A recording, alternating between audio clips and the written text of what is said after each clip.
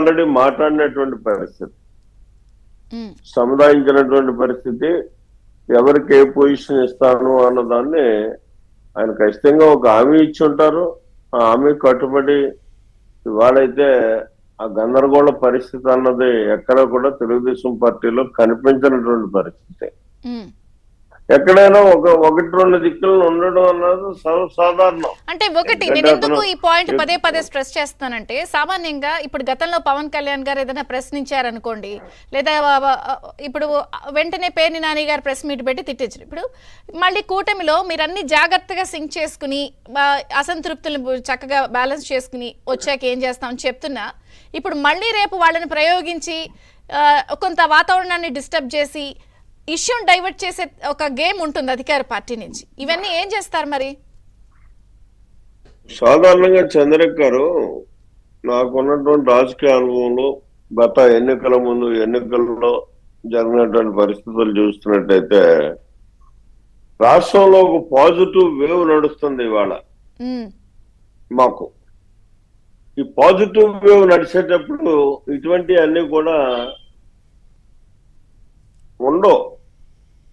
సాధారణంగా ఇంకా కలిసిపోవడానికే జనం యొక్క ఆలోచనకు అనుగుణంగానే తెలివైన రాజకీయ నాయకుడు అడుగులేయడానికి ఆలోచన చేస్తాడు.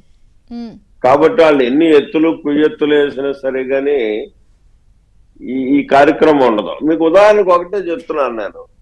ఇవాళ జగన్మోహన్ రెడ్డి గారు ఈ రాష్ట్రంలో ఒక్క సీట్ అనౌన్స్ చేయలేకపోయాడు. 175 నేను వైనాట్ 175 అంటాడు, 175 అంటాడు. కానీ ఇవాళ తన సీటును కూడా నేను పులివెందుల నుంచి పోటీ చేస్తున్నానని చెప్పుకోలేనటువంటి పరిస్థితుల్లో ఇవాళ జగన్మోహన్ రెడ్డి ఉన్నాడు. ఇన్ఛార్జీలు అంటాడు. ఇంక ఎలక్షన్ 50 రోజుల్లో మీది ఒక జాబితా వర్సెస్ 12 జాబితాలు.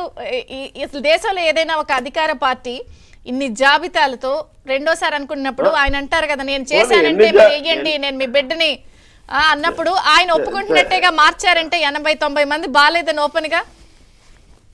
ఇప్పుడు అలా కాదు, వాళ్ళని మార్చాడు అని కూడా అనడానికి ఇప్పుడు మీకు ఖచ్చితంగా 89 మంది ఫెయిల్యూర్ ఉన్నది కాబట్టి ఇక్కడ నా కాన్సెన్సే ఉంది. సిట్టింగ్ ఎమ్మెల్యేని మార్చాడు. మార్చిపోని ఇంకొక ఆయన్ని గత మాజీ ఎమ్మెల్యేని తీసుకొచ్చి ఇక్కడ పెట్టాడు.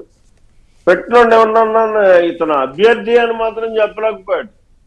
మా నాయకుడు 94 మందిని ఏకదమ్ గా ఒకసారే ఆయన చెప్పాడు, అభ్యర్థులు వీళ్ళు మా పార్టీకి ఈ నియోజకవర్గంలో ఈ అభ్యర్థి పోటీ చేస్తున్నాడని చెప్పేసి ఆయన అనౌన్స్ చేసాడు ఒకసారి 94 మందిని. వీళ్ళు ఇక్కడ అభ్యర్థులని చెప్పలేకపోతున్నారు, ఇన్ఛార్జీలు అంటారు. ఆ ఇన్ఛార్జీలను అప్పుడే 4-5 సంవత్సరాలు మనం చూస్తే ఇప్పుడు 10-15 గంటల దగ్గర అప్పుడు మార్చినటువంటి పరిస్థితి ఉంది. మళ్ళీ విడుదల రజనీ గారి ఒక 6.5 కోట్ల గొడవ నడుస్తుంది అక్కడ కూడా చిలుకూరుపేటలో. రైట్. అర్చమిల్ శ్రీనివాస్ గారు, ఫైనల్ వాస్తవం కాదు, వాస్తవం చాలా క్లియర్ గా ఆ అమ్మాయి 6 కోట్లు తీసుకోవడం, 6 కోట్లలో 3 కోట్లు ఇప్పించడం,